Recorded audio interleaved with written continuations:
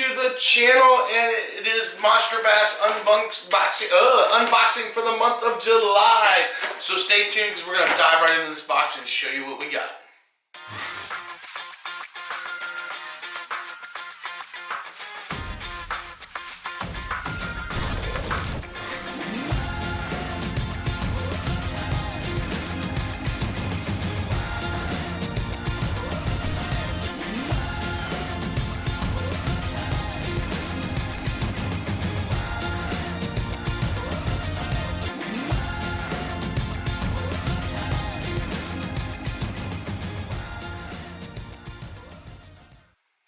Welcome back to the channel, and it is Monsterbass unboxing time, and I apologize for the echo in the room if there's an echo.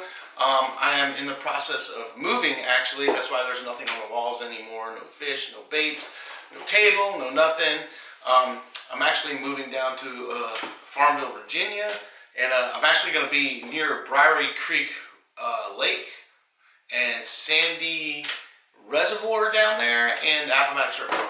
So those are going to be the new bodies of water I get to fish, so you guys stay tuned for those videos. And if anybody is down there from the area that follows this channel and knows anything about those bodies of water, I'd appreciate some tips about what those fish like to bite, because I went down to the Briary Creek and did a bank fishing, and I only caught one little fish. It's really heavily pressured right there by the bank in that one spot, so I didn't think I was going to catch much anyway. But it's like a flooded forest, so that's going to be a whole new figuring things out, and I'm probably going to lose a ton of baits. But anyway, let's get into the Monsterbass box, because that's here and there. So let's dive into this. Let's show you guys, this is the month of July, and this is the northeastern box that I get, and we're going to dive right in and see what we got real quick. So, of course, you got your pamphlet that we always get, that always comes in there. That's like tips, tricks, things like that. Lessons, everything that they have in there. That's really nice that they put that in there. So it's a good read, especially if you guys are learning. And one of the things that I saw on this one that I just flipped past, I was trying to show you guys, is they have like the phases listed here. If I can find it again, here it is. So yeah, it's the different phases, lunar periods and stuff they actually have in there, which is actually really nice to know, because it does make a difference. That does make a difference. It's something good to know. And of course you got Monsterbass sticker, golden ticket, all that stuff is in there for the channel, which is really cool. There's also in here, which I just passed, there's a Monsterbass fishing tournament thing. Tells you what to do right here on the back. So that's cool. So let's dive into the box and see what we got today. So first thing, we got some really cool Yamamoto. These are called the Flappin' Hog. So you guys can check that out. I'm sitting a little bit further back than I normally sit today. Let's take one out of the bag for you so you guys can check it out. I get it open. So, pretty cool. Creature bait. Creature baits work. Fish love them. Bass tear them up. So Yamamoto makes really good baits, so you can't go wrong with that. So that's a really good bait right there. So let's get that back in there, and let's put that over here. Now, the other thing we got is we got some Z-Man. This is new hot crawl. It's called the Helia Crawl Z. These are new out by Z-Man, and I haven't seen them. I don't know when they came out, but it's pretty cool. Let's take one of those out. There's only 3 in a package, but you guys know Z-Man lasts a good long time. Pretty cool bait. I'll definitely use those. You can use them by themselves, use them weighted, you can put them on a trailer with a jig. I mean, there's all kinds of things you can do with it. These you can probably swim across the top of the water as well and probably get bites as a top water, I'm sure. Can't ever go wrong with Z-Man. So the next thing we got is, this is called Hardcore Dual Noisy 105F. This is like a swim bait or a glide bait of some sorts. Pretty crazy cool. Pretty big though. Pretty big bait. I don't throw things necessarily. That's got like a blade on the back as well. So I'm kind of curious to how that's worked. I don't usually throw things that big, but I might have to give that a try. But super cool bait. I don't know if that's a top water or what it is. Maybe you guys know. I've never fished a bait like that, so I don't know. It's a golden shiner. Doesn't say. It's got a really shallow build profile, so I'm pretty sure you rip it across the top. It says floating 4 1/8 inches, 1 ounce. So I don't know. You guys tell me. I've never fished one of those. So then we got some weights here, terminal tackle. These are Monsterbass tungsten weights, looks like. Terminal tackle is always good to get, so you guys can see that. Always like terminal tackle. And let's see what else we got in here. We got a Monsterbass crankbait. This is called the Seeker 12. Dives 8 to 12 feet, 2.5 inches, 1/2 ounce weight. You guys know I love crankbaits, so I always like getting crankbaits because I'm a crankbait guy, so that's cool. A little bit deeper diver.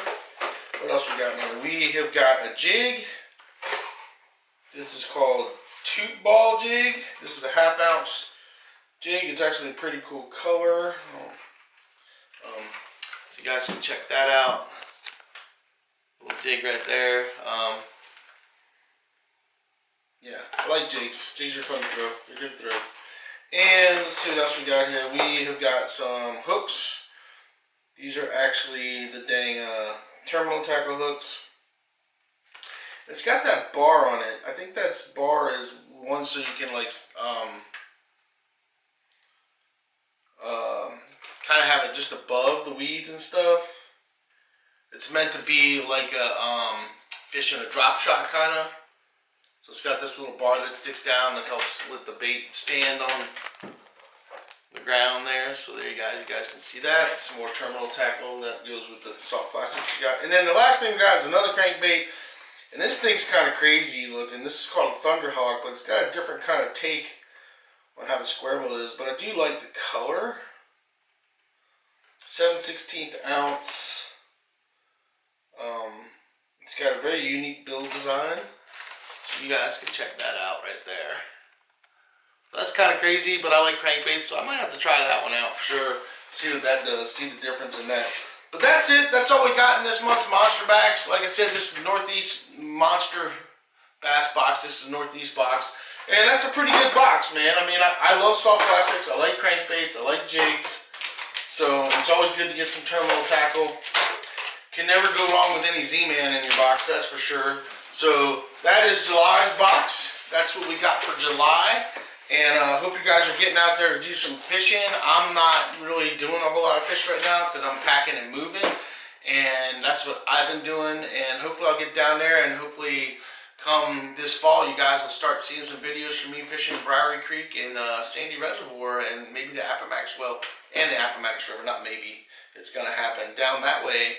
And those are going to be my new like go-to bodies of water. Briary Creek's like 10 minutes from my house down there, so that's probably going to be a main go-to down there. And hopefully I can figure that fishery out because it looks a little tricky. I haven't ever fished a flooded forest, and I know people lose a lot of baits and they get stuck on logs.